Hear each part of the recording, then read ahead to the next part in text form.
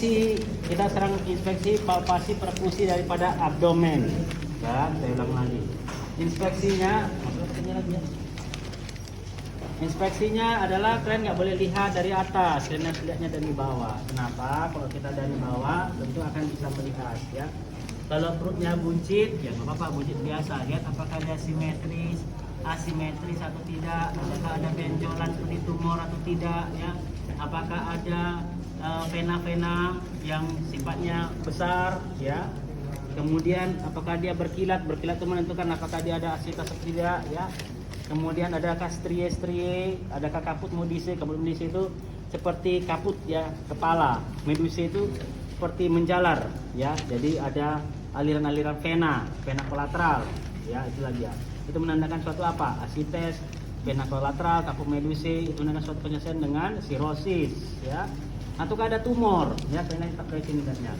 Ada tumornya mungkin ada tumor abdomen di daerah sini, mungkin dia hepatoma di lobus kanan ya, atau mungkin dia ada tumor juga di daerah tengah, mungkin pankreasnya ya, seperti begitu. Jadi perhatikan ya, sesuatu hal yang sifatnya khas, beda dari orang ini.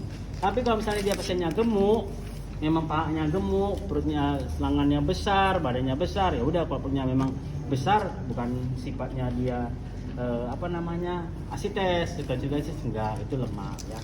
Oke. Bedanya di mana asites sama lemak ya? Tentu bisa kita pegang lemak daripada perutnya, kita goyang-goyangkan, oh ini lemak ini Pak katanya. Karena ada sering kali pasien, "Dok, kayaknya perut saya ini kayaknya banyak kali cairan." Oh enggak, ini lemak ini Pak. Nah, kita peganglah lemaknya perutnya. Itu menandakan suatu kegemukan ya. Nah, suatu bukan cairan ya. Kemudian palpasi tentu kita memegang pakai pakai tangan kanan ya. Kita palpasi apa? Palpasi itu untuk melihat daripada lever pertama ya. Kita melihat lever. Jadi kita kalau misalnya melihat lever, sini pada fungsi ada sini levernya, kita raba dari sias ya. Pasiennya ditekukkan kakinya supaya apa? Supaya tidak tegang dua-duanya ya. Pasien tekukkan kakinya dua-dua. Kemudian setelah itu kita ini bayangkan aja ditekuk ya. Kita dari sias ini kita arahkan sampai ke arcus costa. Ini pertengahan dari clavicula ke arcus costa ya. Jadi tekan, Pak, tarik napas, lepas, tekan. Pak, tarik napas, tekan, lepas. Pak, tarik napas, tekan, lepas. Sampai ke arcus costa.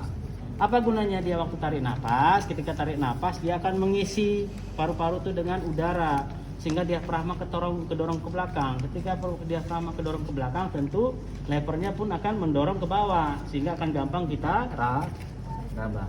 Pak, tarik napas, tekan, lepas. Pak, tarik napas, tekan, lepas. Pak, tarik napas, tekan, lepas. Sampai ke arcus costa. Kita nilai daripada lever, pinggirnya, apakah ada benjolan, apakah ada nyeri tekan, apa pinggirnya, tumpul atau pinggirnya tajam. Kalau tumpul berarti ada semacam benjolan, mungkin adalah hepatoma, ya, apakah dia berbenjol-benjol. Kemudian dari arcus costa yang di sini tadi kita susuri sampai processus hypoideus. Inilah processus hypoideus kita yang bentuknya seperti segitiga tajam sampai proses hypoideus. Apakah tetap ada terasa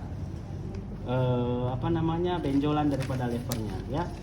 Biasanya ini kan lever lobus kanan, ini lever lobus kiri. Biasanya lever lobus kiri juga suka ada tumor ataupun lever ataupun ada tumor pankreas ataupun sudah ada juga tumor di gaster. Jadi terabalah ya. Nah, kalau misalnya levernya teraba, perkirakanlah misalnya 2 jari arcus costa atau 2 jari processus hypoideus, pinggir tajam, tidak teraba nyeri dan lain sebagainya. Oke, ada pertanyaan? Itulah dia palpasi lever. Nah, ada juga palpasi limpa ya. Jadi pakai Schaffner 1 sampai 8. Jadi arcus costa yang sebelah kiri sampai dengan sias, kita kembali lagi ke sias. Ini dibagi 4. Ya, dibagi 8. Di sini Schaffner 4, di sini Schaffner 8. Ngerti ya? Sampai ke sias itu Schaffner 8 dari arcus costa kiri. Tapi kalau misalnya dia sharpener 4 pasti pusher. Jadi kita raba lah di sini. Mau usah tarik napas, raba terus. Ini sharpener 7, ya kan? Sharpener 6, sharpener 5, sharpener 4 pasti pusher. Ya? Kemudian sharpener 3, sharpener 2, sharpener 1. Ya, gunanya untuk apa ya? Sebenarnya untuk biar tahu aja sharpener 4 berarti udah nyampe di sini, nyampe pusher ya.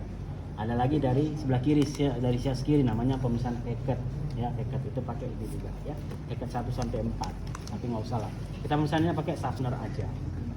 Ada. Nah, dengan memakai tangan kita juga bisa meraba titik-titik yang biasa akan menimbulkan nyeri ya. Misalnya morpicine. Morpicine itu dari arcus costa sampai ke liga, dari pertengahan clavicular dextra sampai ke arcus costa. Pasiennya suruh tarik dengan jari, 1 jari atau 2 jari, suruh tekan, Pak, tarik nafas, baru kita tekan. Aduh, nyeri. Kalau dia nyeri berarti Murphy sign-nya positif. Kalau Murphy sign positif berarti dia apa? Kolesistitis. Bukan kolesitis ya, kolesistitis. Kita belum tahu ada batu atau enggak. Memastikan batu atau enggak harus di USG atau di scanning boleh. Tarik nafas, Pak, tekan, baru tarik nafas, baru kita tekan ya, baru lepas lagi ya. Itu tanda-tanda suatu kolesistitis kalau Murphy sign-nya positif. Ada namanya McBurney sign. McBurney sign itu gunanya untuk apa? Untuk melihat appendicitis akut ya. Jadi dari pusher, dari umbilikus ke sias kita bagi 3, 1, 2, 3. Nah, sepertiga dari garis tadi kita tekan. Ini McBurney sign yang klasik ya. Jadi tekan 1 jari aja, tekan. Aduh, sakit. Nah, kalau dia sakit berarti McBurney sign-nya positif. Kalau positif berarti dia adalah appendicitis akut atau kronis ya. Tapi ada aja nanti, itu yang klasik ya, tapi ada aja nanti buntunya membelok kemari jadi nyerinya kemari. Ada yang membelok ke dalam, dia agak nyerinya di belakang ya, beda-beda ya. Tapi yang klasik selalu sepertiga dari garis tadi ya. Ada nyeri dia nyeri tekan suprabubik ya, ditekan di sini, aduh nyeri. Ini tanda-tanda apa? Ini tekan suprabubik, ada tanda-tanda sistitis. Ada nyeri tekan di epigastrium, itu tanda-tanda apa? Gastritis ya. Kemudian ada juga yang namanya pemeriksaan ginjal ya. Ini belum ada pemeriksaan ginjal, namanya pemeriksaan balut temang. Pemeriksaan ginjal balut temang kita boleh di sini juga boleh, kita di bawah ya. Jadi dari bawah ditekan ginjalnya, kemudian rasakan ginjal yang tadi ada terbendung, tekan ke atas. Jadi tekan. Ya, itulah pemeriksaan balut temang. Kalau dia positif balut temang berarti ada hidronefrosis. Tekan juga. Jadi tangan di bawah aktif menekan ke atas, bukan tangannya di bawah atas, bukan ke bawah, enggak, tangannya dari bawah menekan ke atas, ya. Ini pemeriksaan balut temang, ya. Oke. Nah, itu dia. Ada tapping pain, ya. Tapping pain itu adalah pemeriksaan apa namanya? Tapping painnya positif. Jadi segitiga antara garis arcus costa sama di apa namanya? Apa istilahnya? Kalau kita lupa sih. Medulla spinalis, ya, medulla spinalis dengan ini, ya. Jadi kita pukullah dia sambil duduk ya, ini. Jadi kita putar. Nah, kalau misalnya dia nyeri, suatu kita pukul secara pelan, berarti dia tapping pain-nya positif, ya. Nah, kalau tapping pain-nya positif, keluarnya berarti apa? Pyelonephritis. Oke. Ya. Oke. Ada pertanyaan sampai sini? Dengan memakai palpasi? Nggak ada? Nggak ada. Oke. Kemudian kita akan memeriksa dengan perkusi. Ya. Perkusi itu sama, perkusi dengan dada dengan.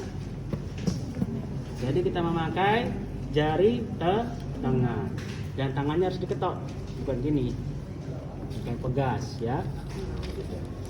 Untuk melihat apa di abdomen? Untuk melihat asites. Pada prinsipnya asites itu akan mengisi peritoneum dan kemudian dia akan mengisi bagian bawah. Bagian atas terisi udara. Ya, kecuali asitesnya masif, sangat besar, terisi semua. Nah, yang kita shifting darkness itu kalau kita bingung atau kita ragu apakah ada cairan atau tidak. Ya. Nah, caranya gimana? Shifting darkness itu adalah peka beralih, peka pindah. Jadi dia dari pindah dari peka menjadi apa istilahnya kalau misalnya dia ini timpani. Kalau sonar paru, kalau ini timpani, dari timpani ke redup, dari redup ke timpani. Jadi pindah dia. Nah, prinsip tadi dia akan mengisi bagian bawah, udara di atas. Maka kita kata ketuk di atas, suaranya apa? Timpani. Udah, timpani. Kita geser, anggaplah ini ada cairannya, ya. Kita geserlah dia ke pinggir, tak tak tak tak tak tak tak, dung dung dung dung dung dung, tiba-tiba dung, gitu kan? Ada peka. Dung dung dung dung dung dung. Nah, tiba-tiba ada peka di situ. Ya redup. Ya. Redup itu berarti bukan timpani. Kita pindahkanlah ke sana dia, minggir. Agak dia angkat dia, tolong. Kita pindahkanlah dia ke samping dengan harapan apa? Dengan harapan air yang tadinya di samping pindah ke bawah. Udah? Maka angin yang tadi di belah samping akan naik ke atas. Ketika kita ketok lagi menjadi redup menjadi timpani.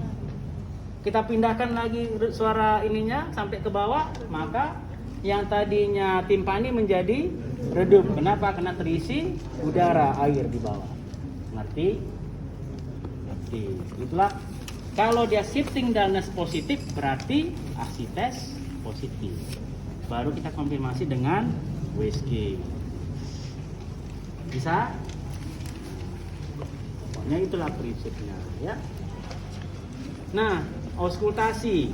Auskultasi untuk melihat apa? Untuk melihat adanya suara udara. Peristaltik. Peristaltik yang normal apa? Kalian periksa lah, ambilkan stetoskop, periksa perut kalian. Oh, ini yang normal. Ketika kalian mencret, jangan biarkan mencretnya jadi suatu hal yang apa.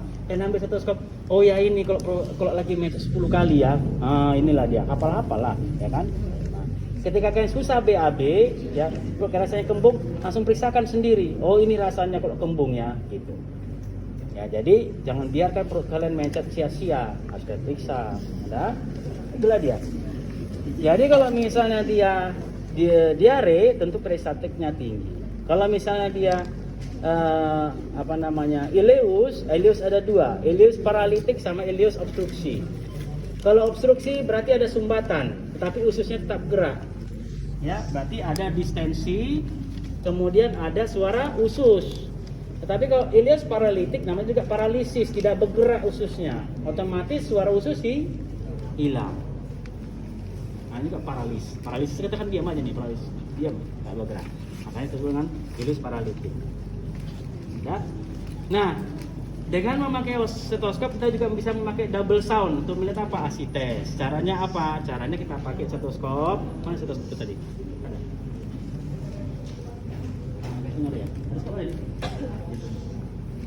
Nah, dengan memakai stetoskop kita akan bisa melihat double sound, ya. Misalnya udara di atas, disinilah batas antara udara dengan air. Kita masukkan, rasakan batas antara udara dengan air. Kemudian kita ketok di sebelahnya, tak tak tak, maka akan kedengaran suara double sound, suara dek dek gitu ya. Padahal kita tekan cuma sekali, dek dek dek gitu. Kenapa? Karena udara itu mengalir antara dua, ya. Satu dari air, satunya lagi dari dinding ususnya. Makanya itu adalah double sound. Satu dari air, udara tadi yang kita ketok dari sebelahnya, satu dari dinding ususnya, ya. Jadi kita ketok di sisi satu, yang kedengaran sampingnya dua. Kalau kalian lagi iseng-iseng ada pasang kayak gitu, lihatlah double soundnya, ya. Yang bikinnya pun harus bagus ya. Nah, ada pertanyaan sampai di sini? Tidak ada? Oke. Kemudian satunya lagi tangan. Kalau pasien-pasien dengan sirosis ada yang namanya palmar erythema. Dengan melihat palmar erythema kita lihat erythema palmar. Palmar itu telapak tangan. Di sini dia. Di daerah sini sama di daerah sini. Nampak ya? Di daerah sini ya sama di daerah sini. Warnanya merah. Merahnya khas, merah padam ya. Kemudian kalian lihat juga lah palmar erythema apa? Spider Navy. Spider Navy itu biasanya di daerah-daerah sini, pundak. Nampak dia seperti spider, seperti penjalaran, warnanya hitam. Di daerah bahu, bisa sampai bahu sini, bisa di daerah dada, ya. Lihatlah Spider Navy. Itu dia. Kalau ada masalah sirosis, perhatikan semuanya. Ya, perhatikan semuanya. Oke? Ada pertanyaan? Sudah ada? Tadi limpa sudah. Apa sih istilahnya sini pemeriksaan? Saya lupa namanya. Untuk melihat lever abses. Jadi misalnya lever abses di sela iga kalian tekan, ya. Kalau sela iga ditekan agak, tapi jangan keras sekali lah, ya kan? Pelan aja. Kalian tekan, aduh, karena itu bisa tanda-tanda suatu lever abses, nanah pada lever. Biasanya pada orang-orang Batak itu. Orang Batak, minum tua, ya kan, 2 minggu, mencet, habis itu masuklah bakterinya sampai ke lever, habis itu bernanah lagi ya, di situ kita periksa positif lagi, bukan di sela iganya. Lupa sih. Ada pertanyaan lagi? Nah, selesai.